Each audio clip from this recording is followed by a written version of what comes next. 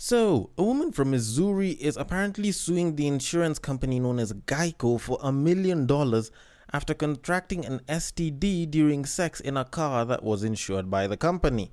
And I have to admit, I am wondering how it is that she's going to take her defense to court and be like, "So, Your Honor, I was getting fucked in a car and because the car had had a previous accident and it was insured by Geico, so the AC should have been working, but their mechanic didn't do a good job.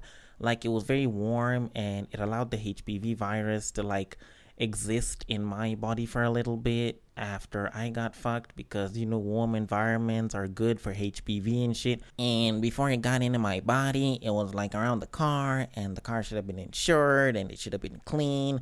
And I think Geico should have done a much better job of making sure this car is in its best condition."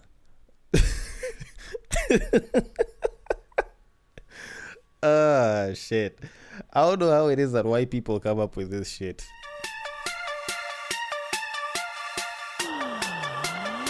Get ready for the battle of the sexes.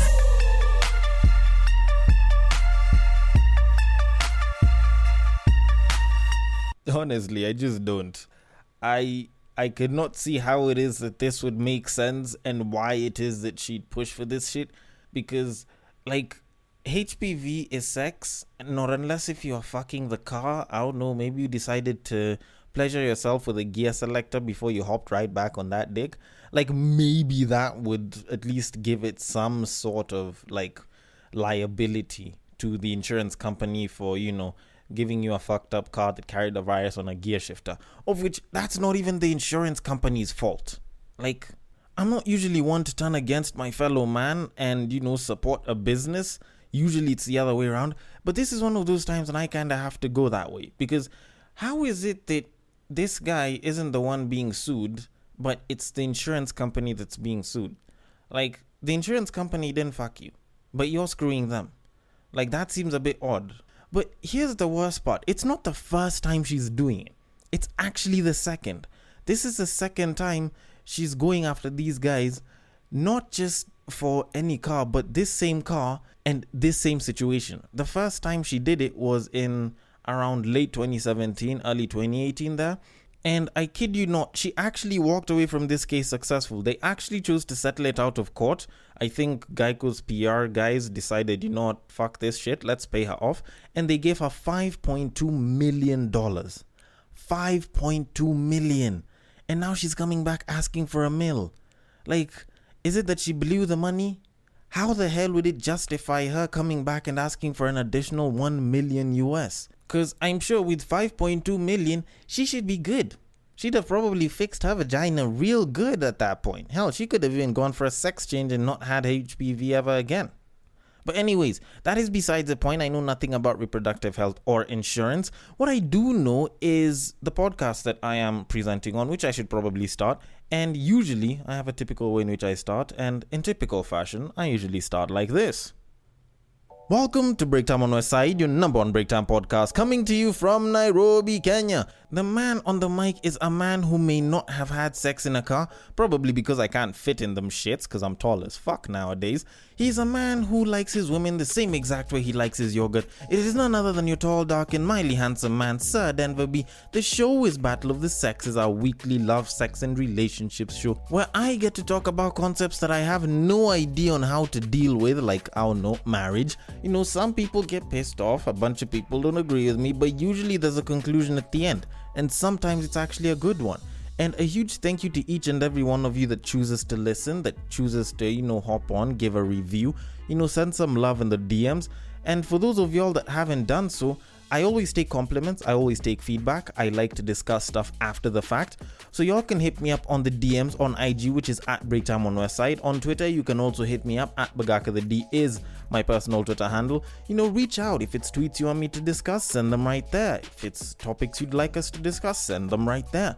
If it's compliments, send them right there as well. If you think I did a shit job, send it right there as well. I'll probably be able to ignore it from there and, at least appreciate the fact that somebody considers my work to be shit. But that said, we should move it on to our main topic of today. But before we get to that, I want us to talk about Toni Braxton for a little bit. Actually, wait, no, sorry, wrong Braxton. It's not Toni, it's actually Tamar Braxton.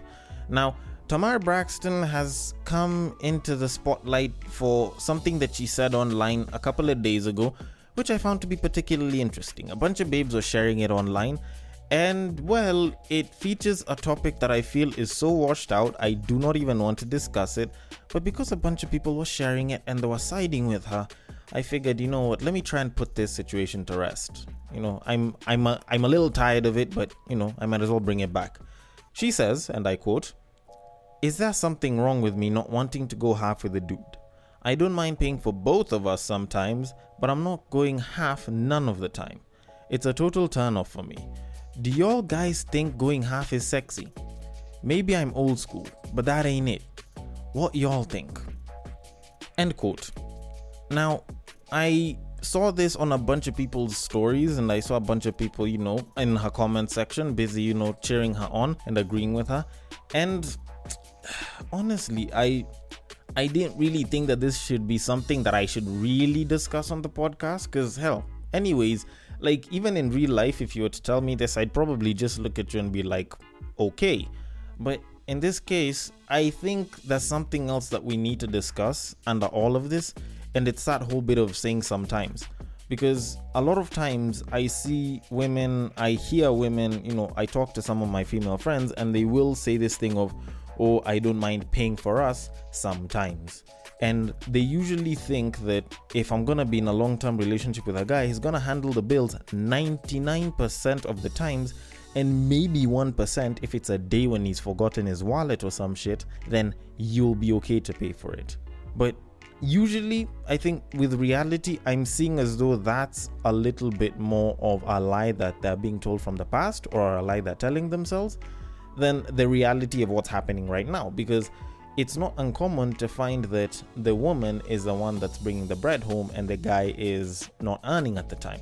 So are you telling me that if this sometimes stretches on beyond, say, 2-3 months, you won't be able to stick in the relationship? Are you telling me that if you having to be the one that handles the bills goes on for 1-2x number of years, then you won't be able to chill in the relationship because now it's a turn off because he's not bringing in the money, so you're not turned on by him?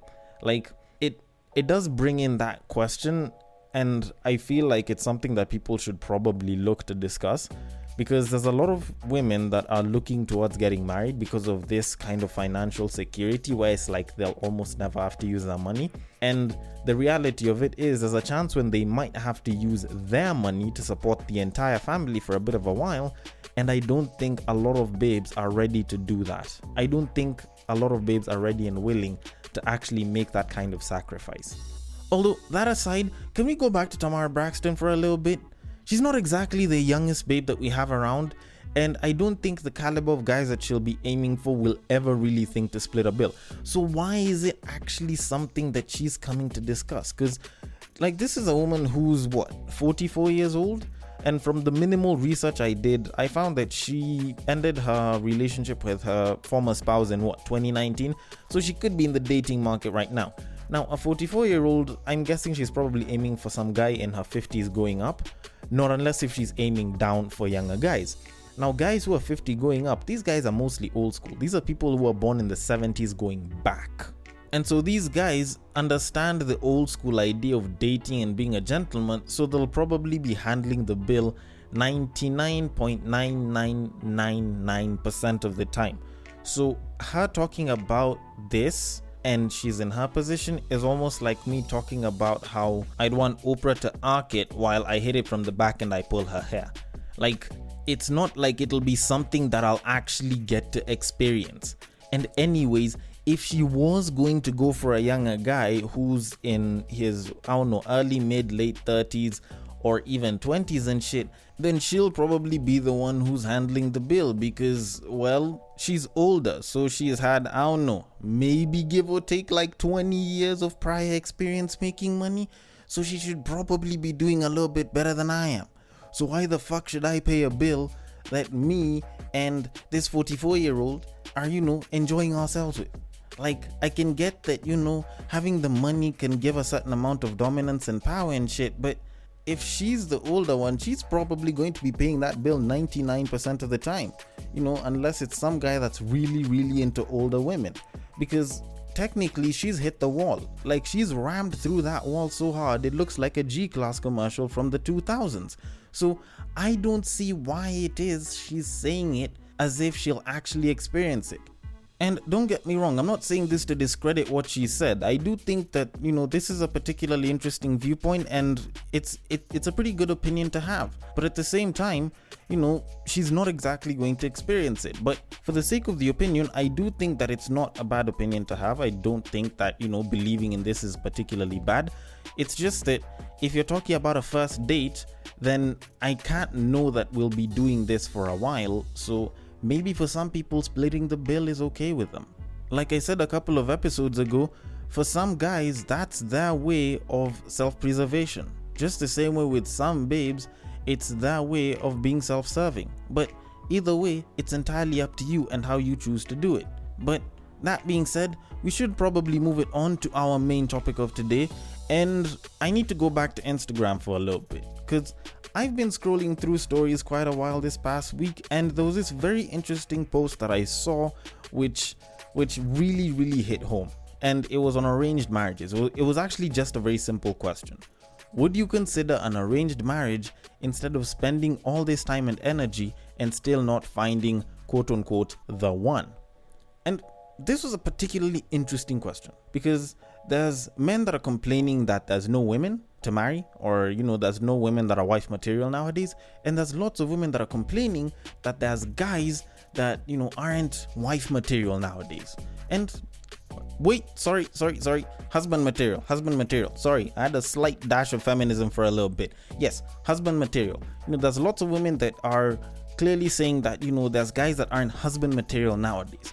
And it made me think about it, because I've actually spoken to the favor of arranged marriages before, to the dismay of some people. And I've spoken about how sometimes arranged marriages can even seem better than our regular marriages nowadays, where we go and we select the partners ourselves.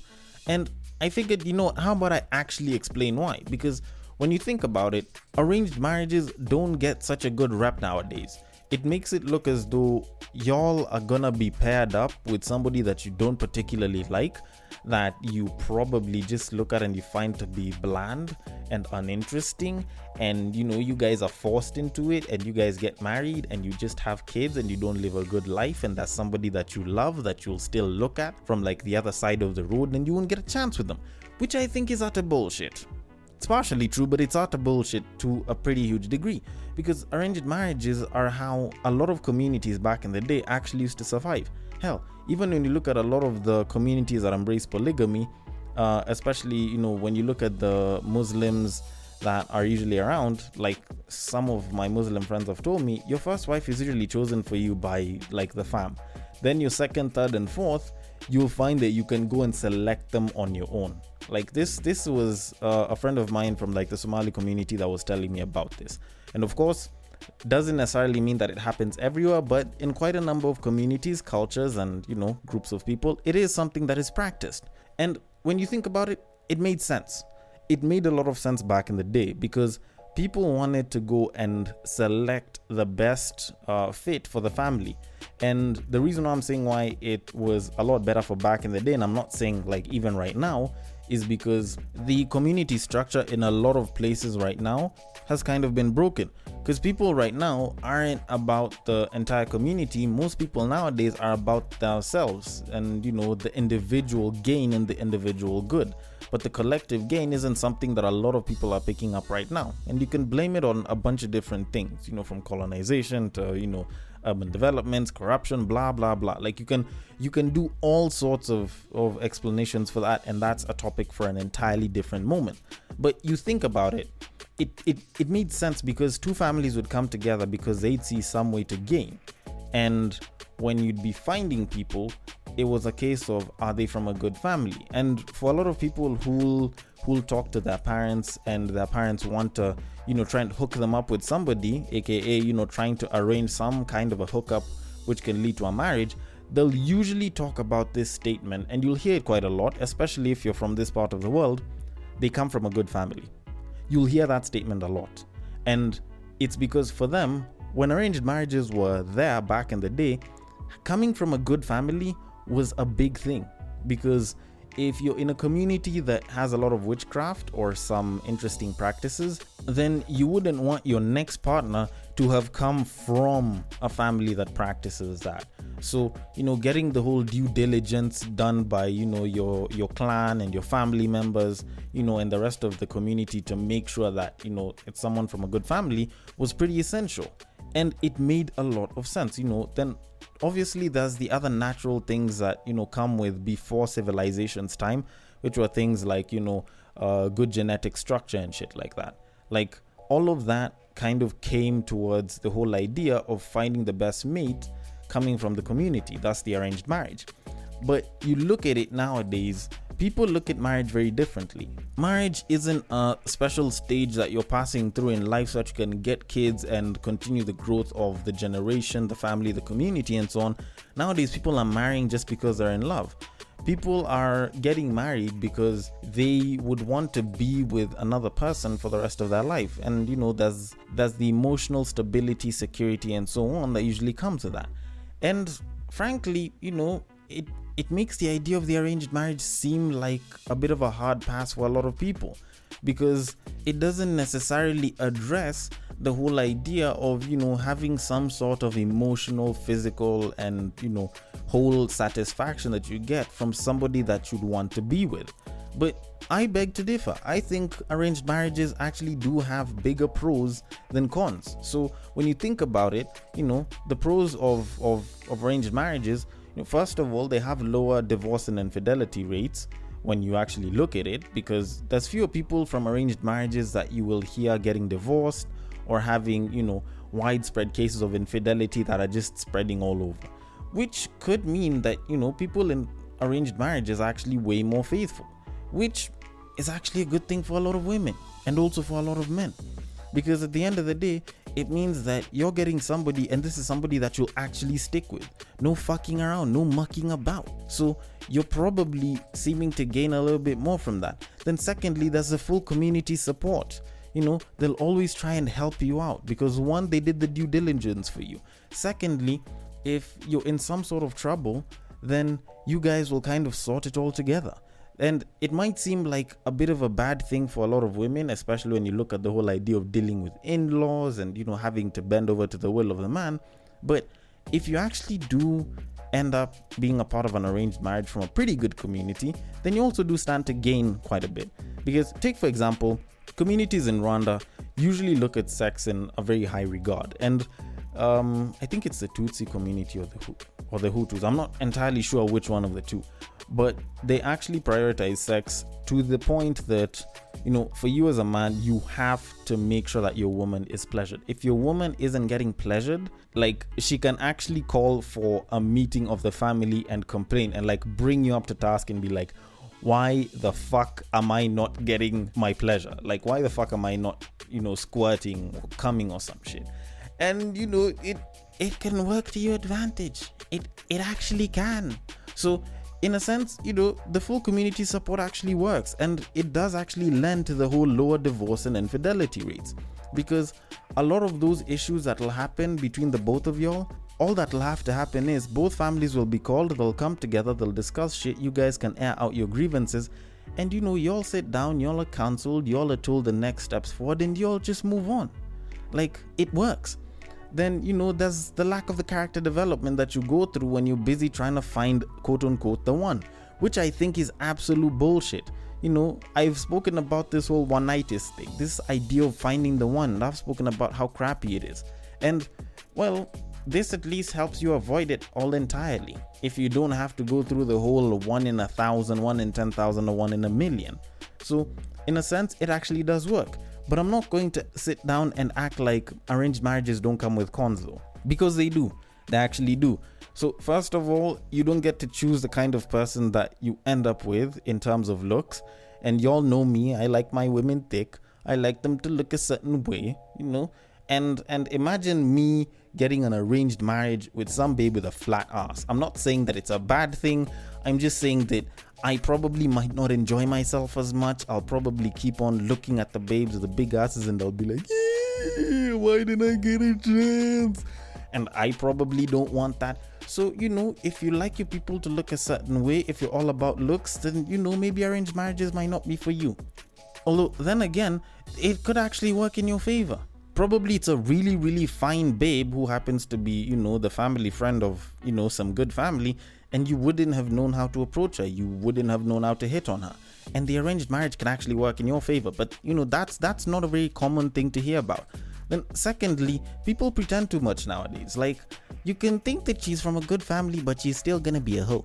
Like, it is what it is. I'm not saying that that's always the case, but people pretend a lot more nowadays than they used to before. And, people have embraced hoeing a little bit more. And, as long as they can put up a good face for the fam, then probably, they'll look like a good catch.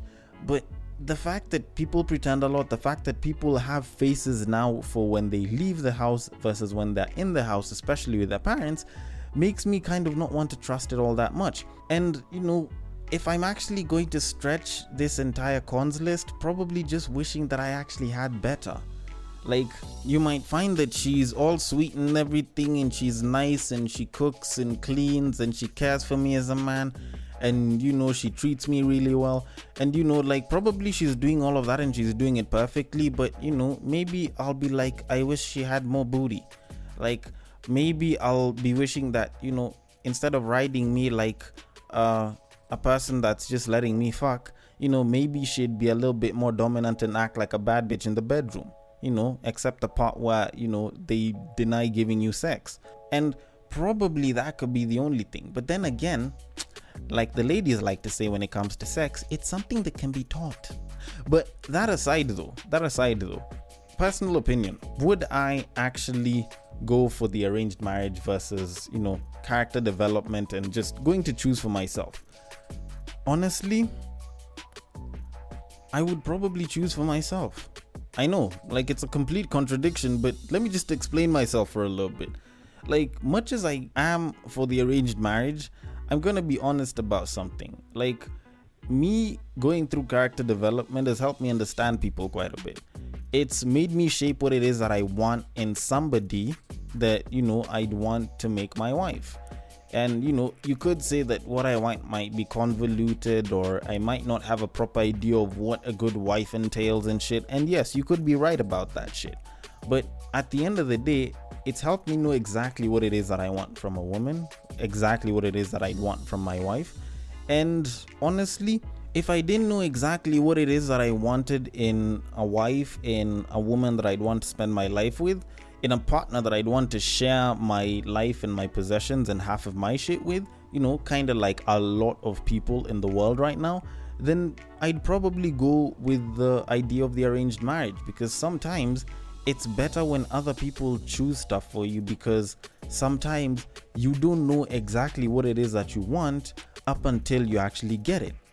But then again, I could be wrong, so I want your thoughts on this. The DMs are open. On Instagram, it is at Breaktime on Westside. On Facebook, it is also at Breaktime on Westside. And on Twitter, you can slide into my personal DMs, which is at Bagaka the D. Thank you so much for listening all the way till the end. And if you are listening through Castbox, feel free to drop your thoughts and comments below, and I will attend to them accordingly. If you are using an app which allows for ratings and reviews, please leave a nice positive one. I do appreciate it quite a bit. It helps the podcast quite a bit. And I will catch you guys on the next break.